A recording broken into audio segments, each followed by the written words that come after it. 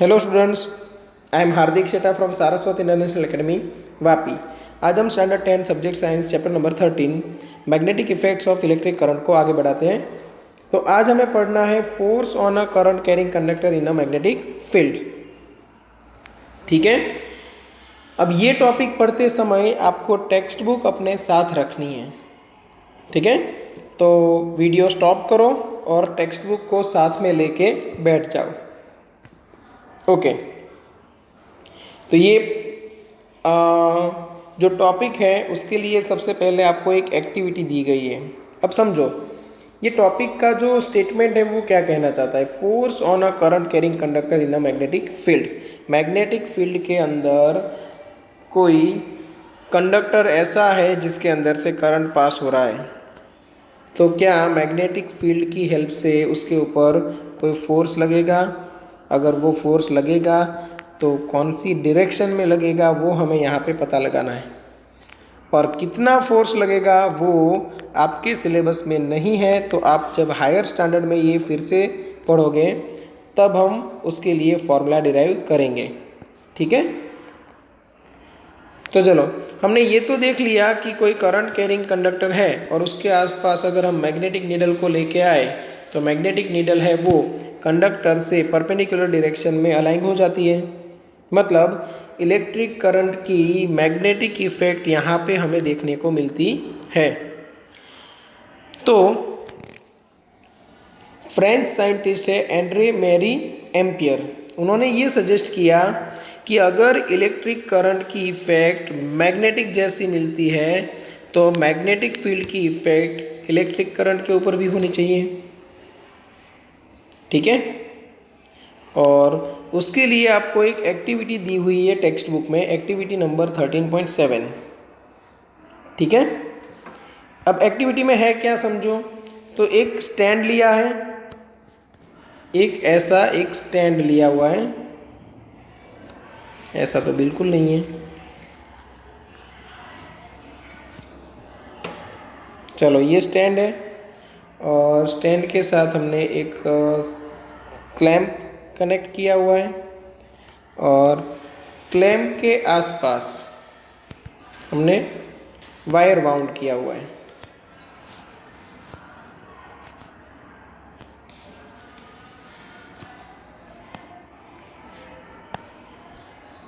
ठीक है, चलो ये क्लैंप है और क्लैंप के आसपास मैंने ऐसे वायर बाउंड कर दिया ऐसे।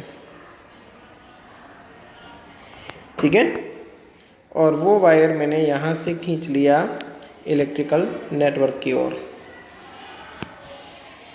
कुछ ऐसा ही डायग्राम है, आप अच्छे से देख पाओगे टेक्स्ट बुक में। ठीक है, ये वायर सीधा अगर ना बने तो कोई टेंशन लेने की ज़रूरत नहीं है। ओके, और ये वायर फिर जाएगा ऐसे, और एक हमने कंडक्टर रख दिया इधर कुछ इस तरह।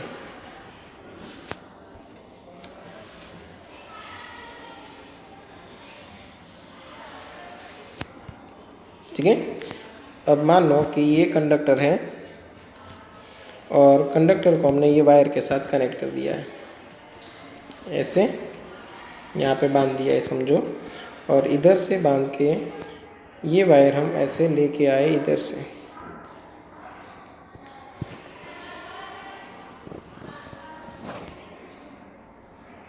ऐसे।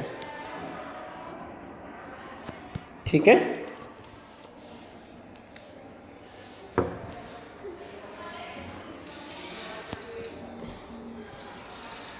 चलो यहाँ तक समझ में आ गया। ओके, और हमने एक मैग्नेट रख दिया, तो मैग्नेट आपको कुछ इस तरह दिखाया होगा। यहाँ पे हमने मैग्नेट रखा हुआ है,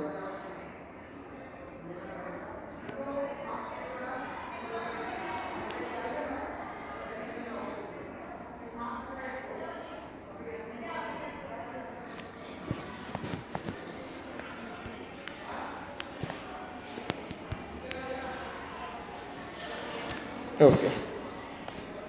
चलो ये डायग्राम बन गया। मैग्नेट का सपोज इधर है नॉर्थ पोल, कहाँ पे, यहाँ पे, और ये है साउथ पोल। हमें पता है मैग्नेटिक फील्ड है वो नॉर्थ से साउथ की ओर मूव करेगा। अब करंट किस डायरेक्शन में फ्लो होता है, पॉजिटिव से नेगेटिव, तो ये करंट की डायरेक्शन है। तो करंट यहाँ पे आ रहा है ये डायरेक्शन में।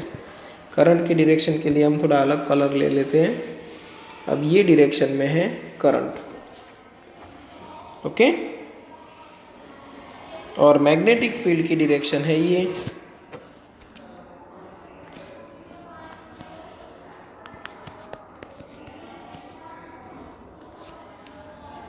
तो फोर्स लगेगा पेज के अंदर की ओर, ठीक है।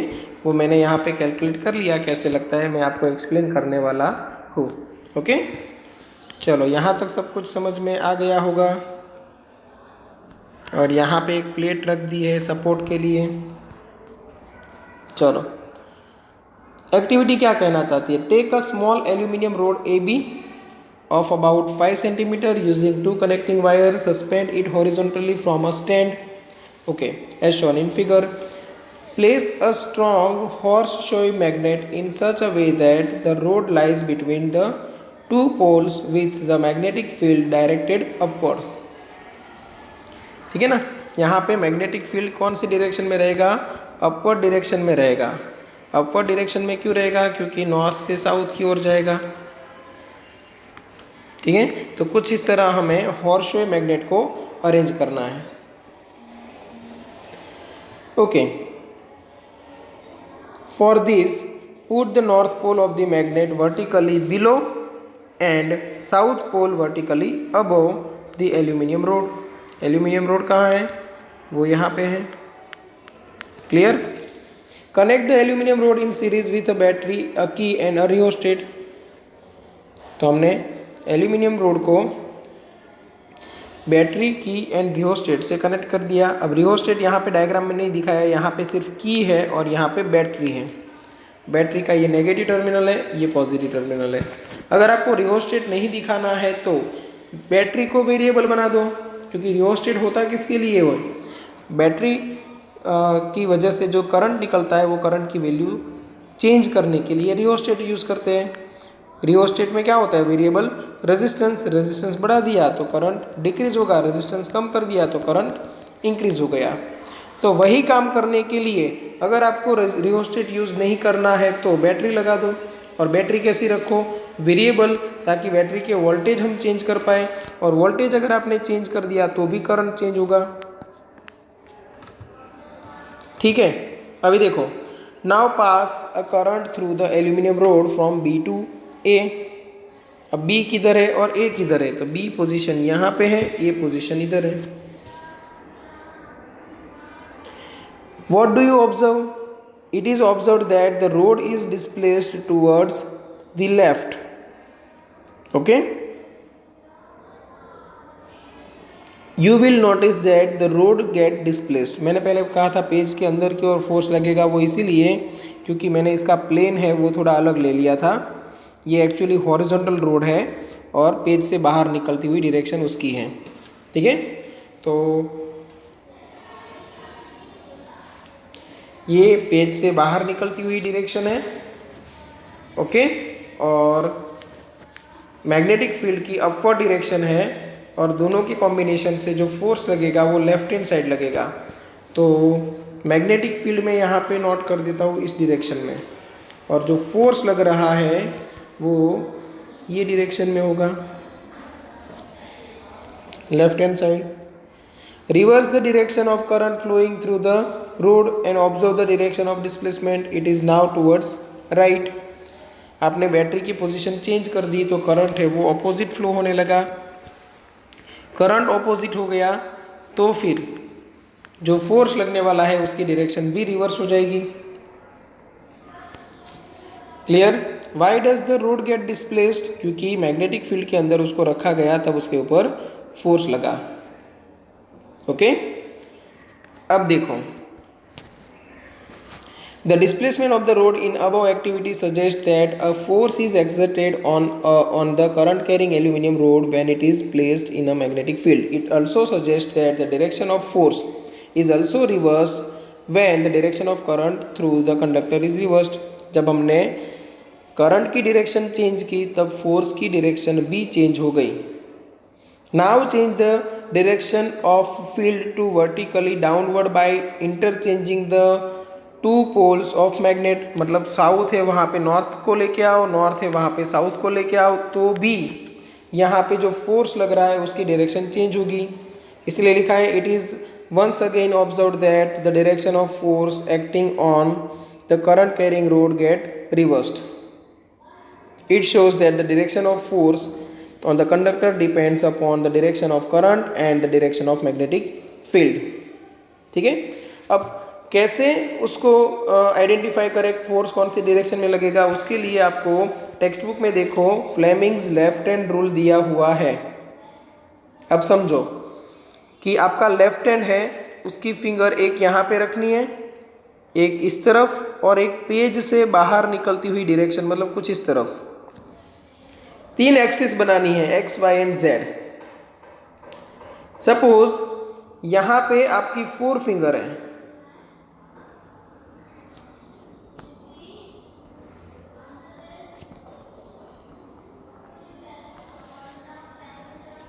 ठीक है, यहां पे मिडल फिंगर,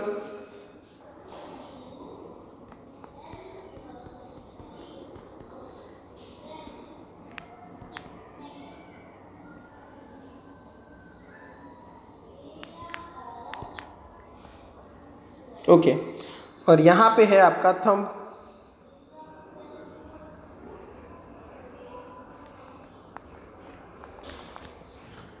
ठीक है,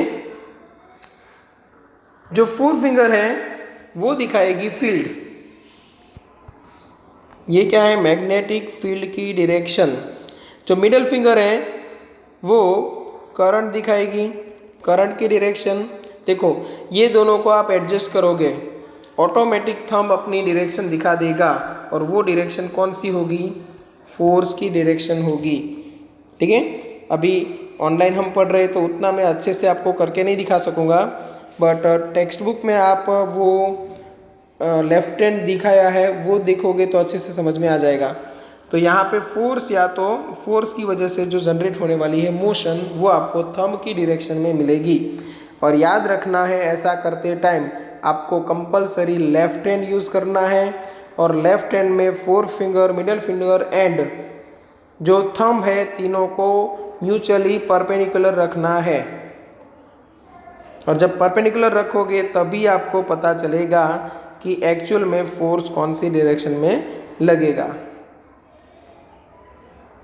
ठीक है, चलो, तो उसके साथ साथ हम एक काम करते हैं, एग्जाम्पल 13.2 है वो भी कर लेते हैं। Example 13.2, an electron enters a magnetic field at right angle to it as shown in figure. अब समझना, आपको दिया क्या हुआ है, एक तो मैग्नेटिक फील्ड लाइन्स है, ठीक है, तो ये क्या है, मैग्नेटिक फील्ड। ओके, इलेक्ट्रॉन जो मूव हो रहा है वो आपको डाउनवर्ड डायरेक्शन में दिखाया है, तो ये किसकी मोशन है, इलेक्ट्रॉन की। The direction of force acting on electron will be, चलो इलेक्ट्रॉन के ऊपर फोर्स की डायरेक्शन क्या होगी, तो उतना याद रखो कि फोर्स की डायरेक्शन हमने पता लगाई है इलेक्ट्रिक करंट की हेल्प से। देखो यहाँ पे क्या था, इलेक्ट्रिक करंट आई था ना, तो यहाँ पे तो करंट दिया ही नहीं है, बट उतना याद रखो कि इलेक्ट्रॉन जिस डायरेक्शन में ट्रैवल करता है उससे ऑपोजिट डायरेक्शन में इलेक्ट्रिक करंट मिलेगा आपको। तो आपको करना क्या है, आपको अपनी 4 मिडल फिगर है वो करंट की डायरेक्शन में सेट करनी है, मिडल फिंगर है वो करंट की डायरेक्शन में सेट करनी है। ठीक है, ये करंट हुआ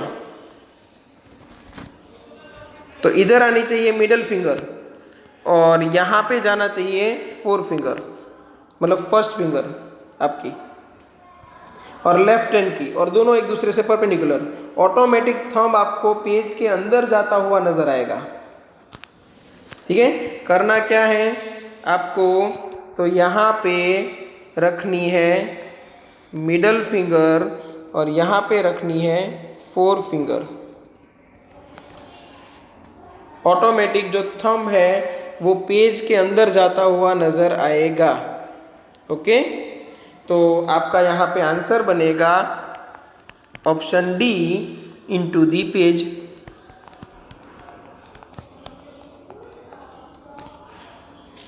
ओके, चलो यहाँ तक सब कुछ समझ में आ गया होगा। ओके, तो एक बार टेक्स्ट बुक में अच्छे से वर्ड टू वर्ड पढ़ लेना, और अगर कहीं पे भी आपको डाउट लगे तो एनी टाइम आप कांटेक्ट कर सकते हो।